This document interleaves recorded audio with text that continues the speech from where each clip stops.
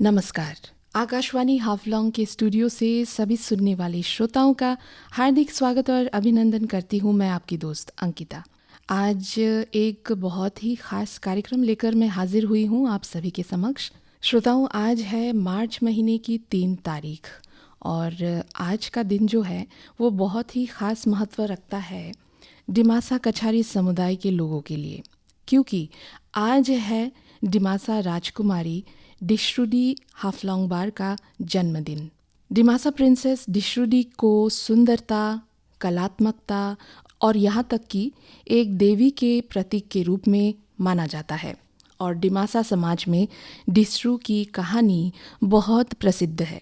श्रोताओं, हमारे हाफलॉन्ग टाउन के बीचों बीच भी उनकी एक सुंदर सी प्रतिमा स्थित है। आज डिमासा राजकुमारी डिशरुडी के 529वें जन्म जयंती के शुभ अवसर पर हम जानेंगे उनके बारे में, उनके जीवन के बारे में, उनसे जुड़े तथ्यों के बारे में हम जानेंगे और ऐसी ही कई महत्वपूर्ण बातें हम जानेंगे। इन सारी जानकारियों पर रोशनी डालने के लिए आज स्टूडियो में मौजूद है हमारे ख़ास मेहमान श्रीमती माइफोल कैम्प्राई जी। आप पेशे से डिमासाओ डाइट के सीनियर लेक्चरर हैं, साथ ही डिमासा मदर्स एसोसिएशन हाफलॉन्ग के जनरल सेक्रेटरी हैं और हमारे डिमासाओ डिस्ट्रिक्ट के सबसे ओल्डेस्ट ऑर्गेनाइजेशन डिबराई महिला समिति के स्पोक्स पर्सन भी हैं, एक समाज सेविका हैं। आइए श्रोताओं, सबसे पहले हम उनका स्वागत करते हैं। मैम, आपका हार्दिक स्वागत है। नमस्कार। मैम, जैसा कि आज प्रिंसेस डिशरुडी की जयंती है, सबसे पहले जीवनी से ही हम शुरुआत करते हैं, जिसका हमारे डिमासा कछारी समाज में ख़ास महत्व है। नमस्कार सभी सुनने वालों को। प्रिंसेस डिशरुडी हाफलॉन्गबार के जीवन के बारे में मैं कुछ जानकारी लेकर आई हूँ। According to the Dimasa's oral history, it is believed that Disru was the daughter of King Hariram Haflongbar and Queen Demaidzi Haflongbar on 3rd March, full moon night 1497 in Dimasa Kingdom at Dimapur। कि राजा हरिराम जो है वो बहुत ही शक्तिशाली और बहुत दयालु इंसान थे। उसका कोई संतान भी नहीं थे, शादी के बहुत साल बाद भी। इस चीज़ को लेकर राजा और रानी दोनों भी बहुत दुखी रहते थे जी। क्योंकि उन लोगों का कोई भी संतान नहीं थे। एक दिन एक साधु ने उन लोगों को आश्वासन दिया है कि अगर आप दोनों नारायण पूजा करेंगे तो आपको संतान का प्राप्ति होगा। उसके साथ साधु ने ये भी बताया है कि अगर आने वाले बच्चे लड़का हुआ है तो वो समृद्धि लाएंगे, खुशी लाएंगे और राज्य में हर तरफ उन्नति ही उन्नति होंगे जी। मगर आने वाले बच्चा अगर लड़की हुए तो सारा राज्य जो है वो बिखर जाएगा। ये सुनकर राजा जो है बहुत ही दुखी थे, पर उन्होंने अपने मन को मना लिया और खुद ही खुद वो विश्वास हो गया कि उसका जो है बेटा ही जन्म होगा, बेटी नहीं। जी जी। कुछ महीने बाद रानी डेमाइडी जो है वो गर्भवती हो गई। ये सुनकर राजा जो है बहुत ही खुश थे। जब रानी डुमाइजी गर्भवती थे उस दौरान राजा ने सोचा कि वो शिकार पे जाएं और आने वाले बच्चा के लिए वो एक सफ़ेद हाथी लाएं। ये सोचकर राजा जो है शिकार जाने के लिए तैयार हो गया।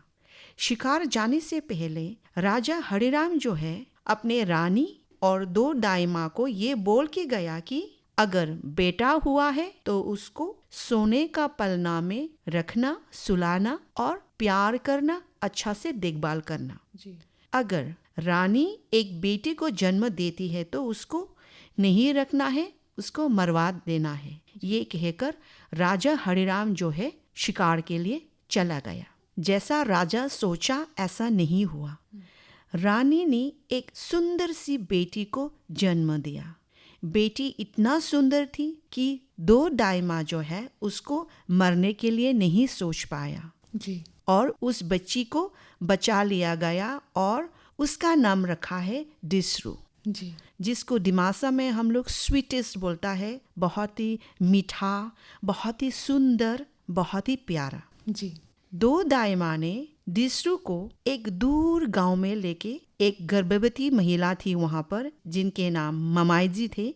वहां पर इस बच्चे को, डिस्रूडी को वहां रख दिया है और वहां पर बोल के आया है कि उसको वहां पे गुप्त रूप से पालन पोषण करना है। वैसे ही डिस्रू का वहां पे बहुत ही अच्छा से पालन पोषण हुआ है गुप्त रूप से। जी। कुछ महीने बाद जब राजा अपनी महल में वापस आया शिकार के बाद, तो उन्होंने अपनी रानी और 2 दाइमा को पूछा कि उसका बेटा हुआ है या बेटी हुआ है, जिस पर रानी और 2 दाइमा ने बताया कि उनका लड़की हुआ है और उसकी आदेश के अनुसार लड़की को नहीं रखा है, मरवा दिया गया है और उसका बेटी हुआ है, बेटा नहीं हुआ है, ये बोलकर राजा को बताया है। ये सुनकर राजा बहुत दुख हुआ और उन्होंने मान लिया है कि उसका बेटी हुआ है और जो है अभी मर चुकी है, बेटा नहीं हुआ है। दिन, महीना और साल गुजर गए और बच्ची डिस्रू जो है अभी बड़ी हो गई, जवान हो गई। जवान के साथ वो उसकी सुंदरता जो है वो भी बहुत निखर आई और वो बहुत कुशल थी, हर क्षेत्र में कुशल थी।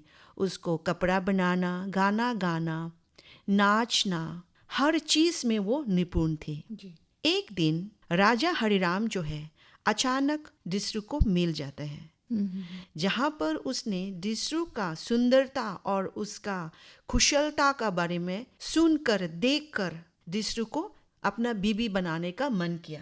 जी जी जी। पर ये समाज के खिलाफ था, धर्म के खिलाफ था जी। क्योंकि ऐसा नहीं हो सकता है, अपना बेटी को शादी नहीं कर सकता है।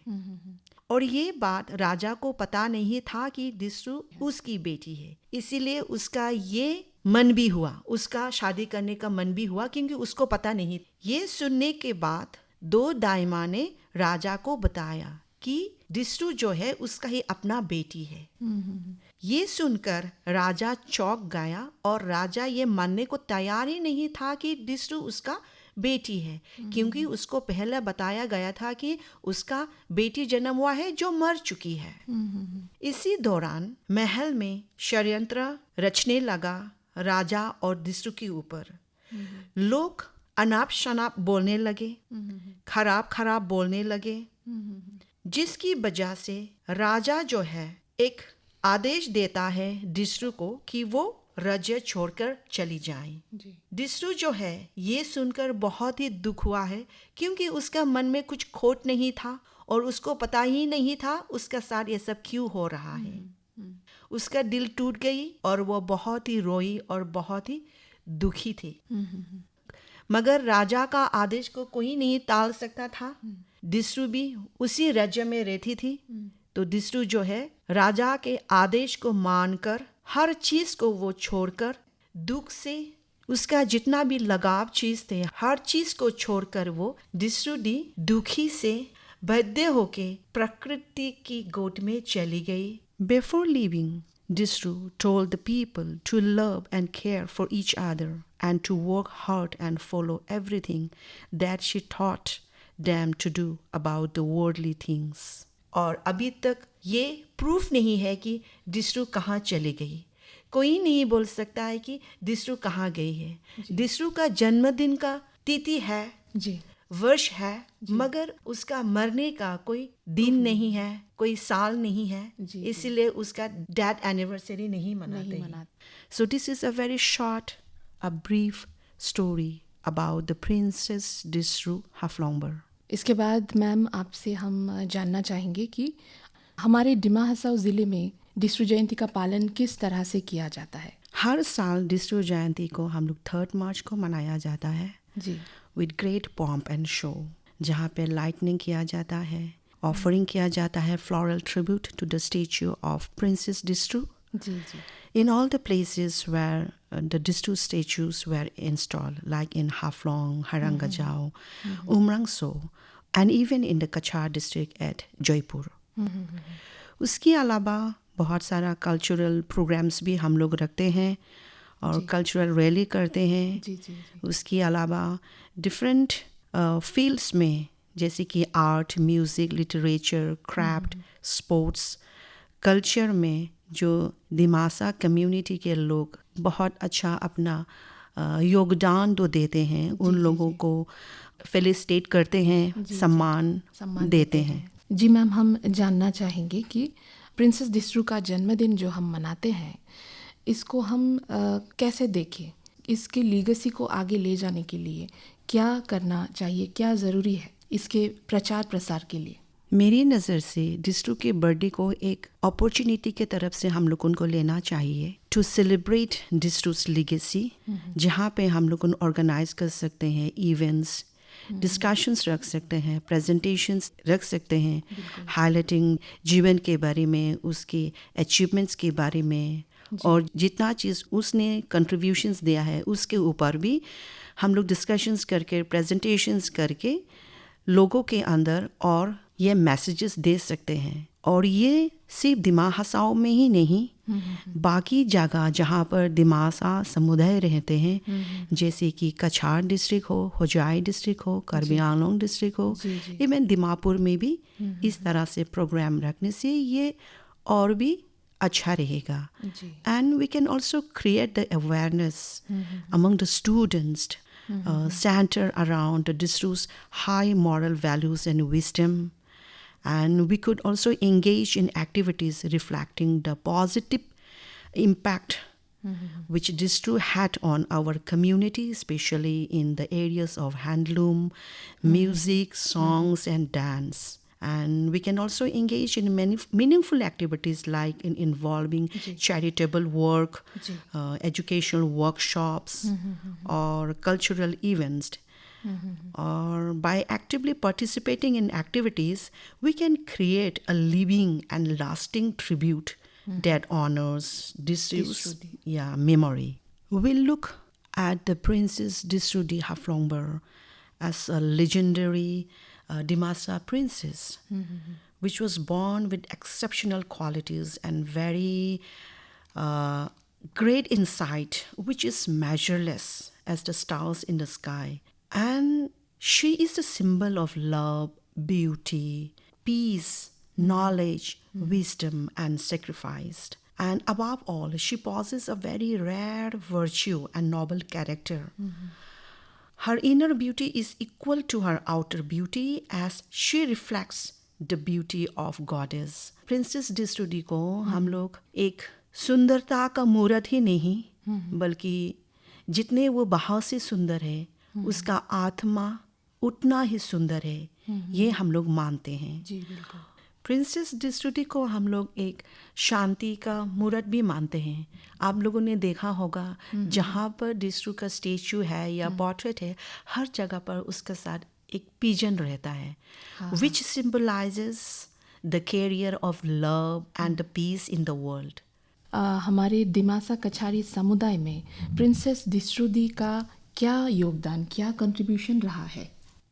प्रिंसेस डिस्ट्रू डी का बहुत सारा योगदान है हमारे समाज में, हमारे दिमासा समुदाय में। जी। ये माना जाता है कि दिमासा का जो हैंडलूम है, कपड़े बुनना, डिज़ाइन बनाना, वो सब डिस्ट्रू ने सिखाया। हैंडलूम्स, उससे जुड़ा हुआ फूल, डिज़ाइंस, वो सब डिस्ट्रू ने ही सिखाया जाता है, ये हम लोग मानते हैं। और अभी भी उसी चीज़ को हम लोग प्रिजर्व करते हैं और मान के भी आते हैं।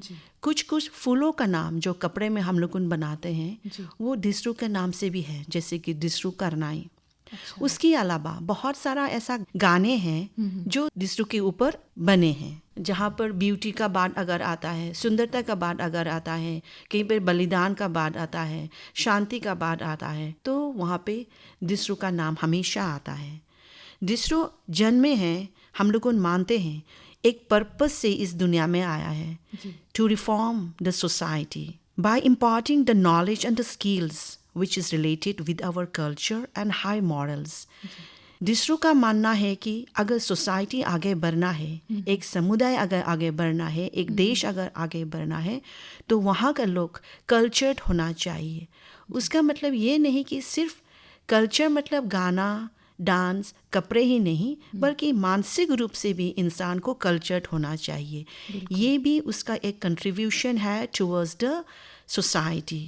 जी जी और दिसरू हम लोगों को इंस्पायर करता है, उसका स्टोरी हम लोगों को इंस्पायर करता है अपने rich culture traditions, music, dance को आगे ले जाने के लिए, प्रिजर्व करने के लिए।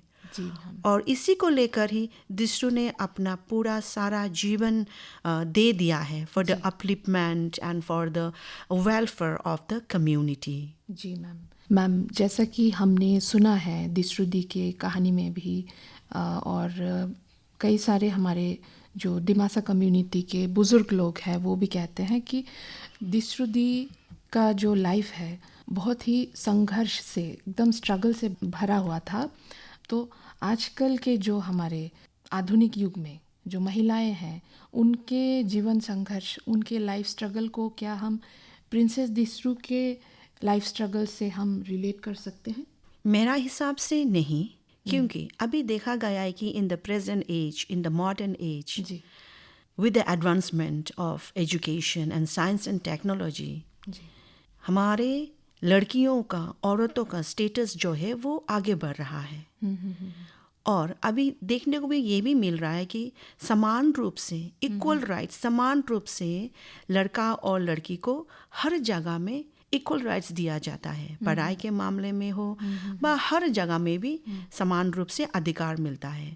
ये एग्जाम्पल है, आप हर क्षेत्र में आप देख सकते हैं लड़कियां जो है आगे आ रहे हैं। आप राजनीति में भी आप देख रहे हैं, आ रहे हैं, कल्चर में भी, हाँ, बिजनेस में भी, सोसाइटी में भी।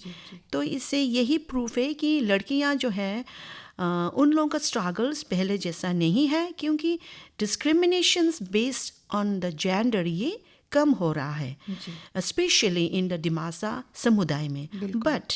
बट इन द जनरल ऐसा नहीं है कि लड़कियों को दूसरा चैलेंजेस नहीं है, ऐसा नहीं है। But in the general even today women face many challenges in the modern as, including violence होता है, जेंडर इनइक्वालिटी भी होता है, डिस्क्रिमिनेशंस होता है पढ़ाई के मामले में, हेल्थ केयर में और वर्क प्लेस में। This is in general, but in particular in the Dimasa समुदाय में जैसा प्रिंसेस दिसरू स्ट्रगल करना पड़ा, उस हिसाब से अगर कंपेयर करें तो आधुनिक युग में अभी का लड़कियां वो डिस्क्रिमिनेशन फेस नहीं कर पाने को मिल रहा है। तो यही एक कारण है, इसीलिए लड़कियां अभी आगे बढ़ रहा है, हर क्षेत्र में वो बराबर का मौका मिल रहा है, इसीलिए वो आगे बढ़ने का मौका भी मिल रहा है। जी मैम, दिसरू दी के जीवन से हमें क्या सीख लेनी चाहिए? From Distrudi's story, we can draw so many lessons. It gave us to look back with gratitude that her story gave us the opportunity to analyze ourselves, that the society can never be developed with the ill mindset of the people, like suspicious nature होना, jealousy होना, grudges होना। ये सब एक reason होता है एक society downfall होने के लिए। तो यही चीज़ें हमको दिसरू दी का कहानी से सीख मिलती है। दिसरू दी का कहानी से हम लोग उनको ये भी सीख मिलती है कि we should never discriminate our children, we should never be gender biased, we should never treat our children unequal, we should treat our children equally irrespective of the gender. Then only the society in particular and the nation in general be developed and progress. दूसरा सीख ये भी मिलता है कि in the Dimasa society, a Dimasa man is expected to be faithful and loyal to her wife and should not indulge in adultery. Likewise, the same thing is expected from the Dimasa wife. And we also learn from her story that a community or a society or a nation can be developed only and move ahead when people are cultured in terms of social and in culture. And above all, the story also represents the issues of resistance of women in the patriarchal society. ये सब सीख हमें दिसरू की story से मिलते हैं। और उसके अलावा दिसरू की कहानी में लड़कियों को किस तरह से देखते हैं इन द पैट्रियार्कल सोसाइटी, ये भी झलक मिलता है। जी मैम, आखिरी सवाल आपसे जाते जाते, हमारे जो लिसनर्स हैं और जो नई पीढ़ी है, नई जनरेशन है, वो प्रिंसेस दिसरू के जीवन से क्या सबक उनको लेना चाहिए? क्या मैसेज आपकी तरफ से आप देना चाहेंगे उन्हें? नई पीढ़ियों को बहुत सारा वैल्यूएबल टीचिंग्स मिलता है डिस्ट्रू की कहानी से. जी. To be wise and wisdom, समाज के प्रति समर्पित करना, समाज के लिए काम करना, वो भी निस्वार्थ काम करना, प्रकृति के प्रति प्यार होना, जी. नेचर से रिलेटेड जैसे कि नेचुरल वर्ल्ड, पेड़ पौधे, जानवर, नदियाँ, पहाड़ों, चिड़िया, इन सब से प्यार होना, प्रकृति से जुड़े हुए हर चीज़, जीव जंतु, पेड़ पौधे, उन सब से लगाव होना, प्रेम भाव रखना, ये सब भी मैसेजेस देखे गए हैं. तो वहाँ से अभी का युग जो है, अभी का जनरेशन्स जो है, वहाँ से ये सब सीख सकता है. और the younger generations can take the examples from this story, that is to have a deep appreciation and affections for the natural world, जी. and to lead a life with high moral values and character, and to be cultured in all the aspects. तो यही सारी चीज़ें हैं जो एक इंसान को सही मायने में इंसान बनाती है. और इसी पॉजिटिव नोट में आज का ये कार्यक्रम समेटने का समय भी हो चला है. मैम, आपने अपना कीमती वक्त हमें दिया, इतने सारे महत्वपूर्ण जानकारियाँ प्रिंसेस डिस्ट्रू से संबंधित आपने दी हमें. बहुत बहुत धन्यवाद मैम हमारे साथ जुड़ने के लिए. Thank you.